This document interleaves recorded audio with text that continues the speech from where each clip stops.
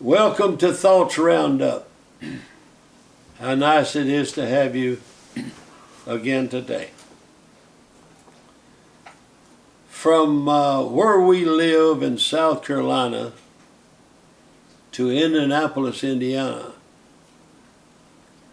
Joan and I used to travel about once a month because our grandkids were here.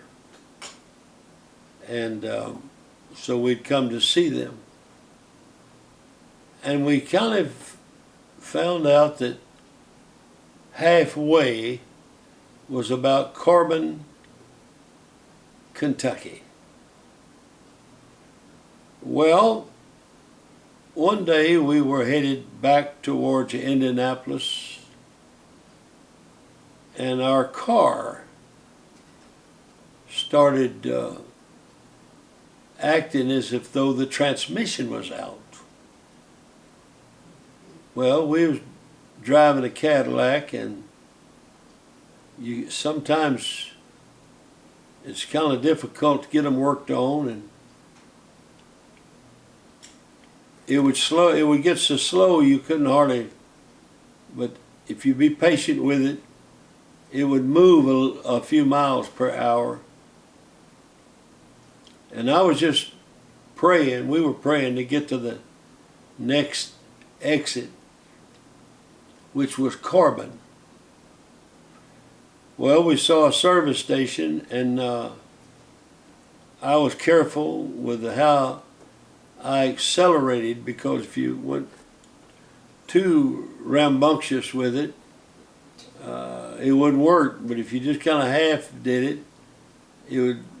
So I just goosed it on long up to the service station, got off the exit and went up to the service station. And I told him that I had car trouble. Did they work on cars? He said no, but he said the service station, and he pointed to a service station. He said that station up there does mechanic work. And so I thanked him and got in and went up, and he told me that he would look at it, but he said, I'm going to tell you the truth about it. You might as well. It looked like, I thought it was a transmission. He said, see a motel up there? I said, yes, sir. He said, you might as well go get you a motel, because it's going to be several days, maybe 2 or 3 days at least. And so I said, well, okay, so I went and got it. Well, later on, before dark, I went down and I said, how are we coming? Well, he said, it's a clutch. But he said, here's our problem. He said, you have to have a special tool to take that clutch in and out. And we don't have it. And so we went to the Cadillac people, and they had one, but they wouldn't loan it to us. And so I don't know how long it would take to get one. He said, there's just one thing we can do. I said, what's that? He said, there's an old man that lives up in the mountains, way up in the mountains. He can fix anything, he can do anything. And he said, I could go up there and talk to him, and if I can get him to come down, said, he may not come. He's a very different person. But if he'll come down, he can design a wrench himself that'll fix it.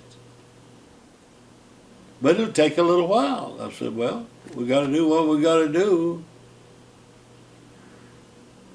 And so the next morning I went down, and the old man, he had just got the old man.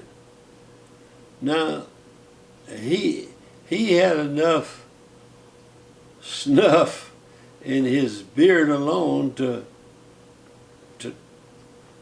satisfy most folks for a week, I would say. And he was not very, he wasn't talkative at all. And so he was back there, and the service station owner said, now, if you go back there and try to talk to him or watch him, he won't say anything. He'll just walk out and go home, and nobody can get him to come back. So I made up my mind I wouldn't get anywhere around him. There was a Assembly of God minister came by, and he said, I recognize you folks as church folks. I said, well. And he said, now, I live right up at the campground. It was just about a half a mile up the road. He said, that's where I live. He was district superintendent of the Assembly of God in that area. And so he said, if there's anything you need, you folks need, anything, said, you let me know. And it was already, we already knew it was going to cost maybe upward of $1,000 from. He said, if you don't have to have the money, you come right up there and tell me. And he said, I'll take care of it. So I thought that was awfully nice. There's still an awful lot of good people in this world. And my wife and I are old, and in our travels, we would never have to open a door unless we wanted to, because there's someone always there to open the door for us. And sometimes they walk us all the way to the car and tell us, now you folks be careful. And that's kind of, there's a lot of good people that are still left. So I went back to the hotel, and I can't remember just how long I stayed, how many hours I stayed away. It was hard not to check on it, but you didn't want to overcheck either, you know, because I knew that they were doing the best they could. But we was really wanting to get on our way, and needed to get on our way. So later on, after many hours had gone by, I went back, and he said, we got her going. We got it going. I said, he said, we not only have it going, but we are now proud owners of a ranch that will work on those kind of clutches. And he pointed up on the wall and said, Cadillac has one, and now we have one. That old man was so brilliant. He could do it, he could make anything. I had observed him through the window, taking an old piece of paper and a pencil and scratching out a drawing of what he was wanting to do. Well, let me tell you, let me say it like this. You have something wrong physically, and you just really don't have an answer. And the doctors say there is no answer. But if you can go up and up in your prayers and in your faith. There's someone that can come down here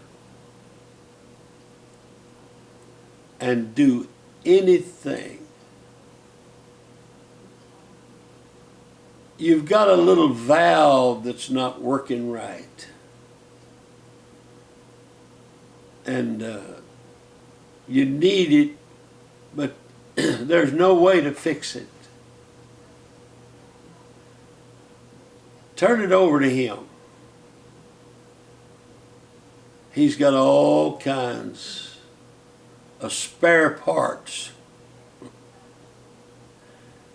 He's got any kind of an artery, any kind of valve, anything that you need. He has it.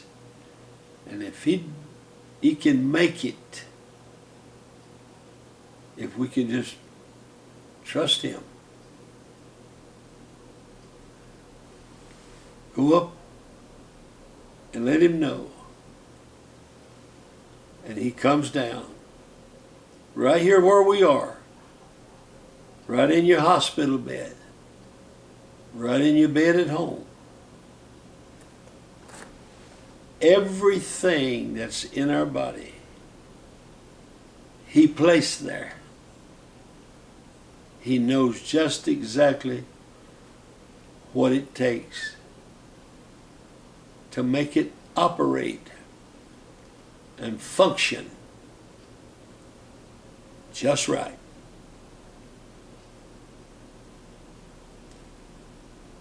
God bless.